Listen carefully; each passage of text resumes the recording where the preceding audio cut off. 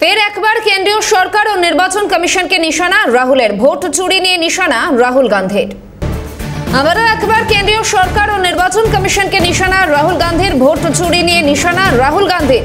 বিস্তারিত তথ্য কংগ্রেসের কাছে আছে এমনটাই বলছেন রাহুল গান্ধী, এবং খুব কম তথ্যই সামনে আনা হয়েছে বললেন রাহুল গান্ধী। ঠিক কি বললেন তিনি দেখুন।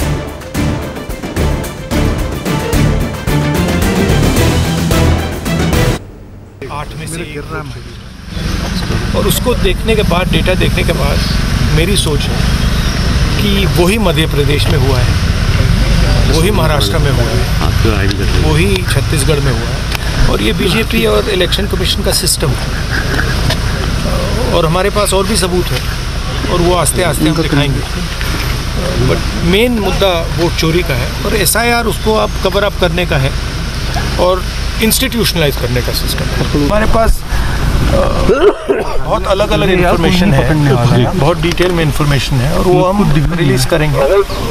लोकतंत्र पर आक्रमण हो रहा है, अंबेडकर जी के कॉन्स्टिट्यूशन पर आक्रमण हो रहा है, और डायरेक्टली मोदी जी, अमित शाह जी और ज्ञानेश जी जॉइंटली पार्टनरशिप बना के कर रहे हैं, और इससे देश का बहुत नुकसान हो रहा है, भारत माता का नुकसान हो रहा है, डैमेज हो रही है भारत माता। Thank you.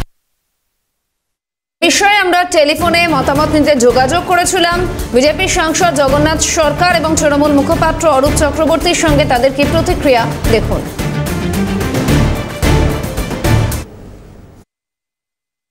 অভিযোগ তুলতে চাইছেন ভোটের ব্যাপারে।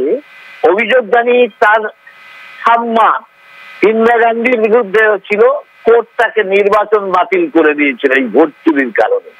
ভোট চুরির ইতিহাস কংগ্রেসের আছে, ভারতীয় জনতা পার্টির ভোট চুরির ইতিহাস নেই।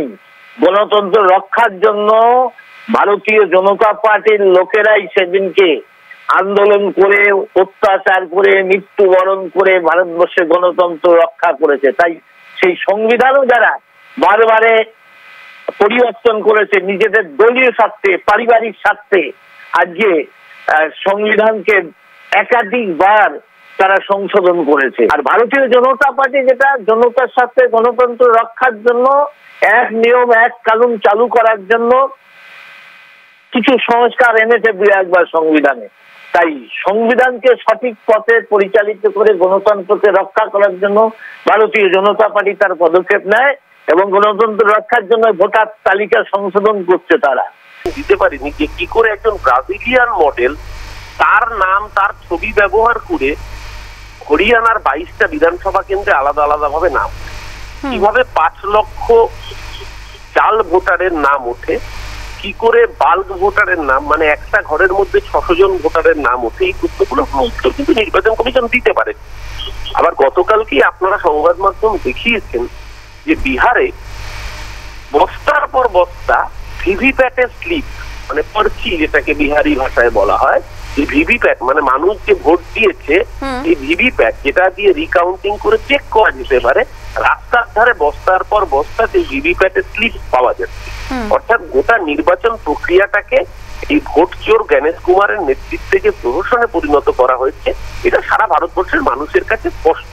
রাহুল গান্ধী যে অভিযোগ করেছেন সেই অভিযোগের পাল্টা কোনো নির্বাচন কমিশন তথ্য দিয়ে, যুক্তি দিয়ে দেখাতে পারেনি যে রাহুল গান্ধীর অভিযোগগুলো মিথ্যা।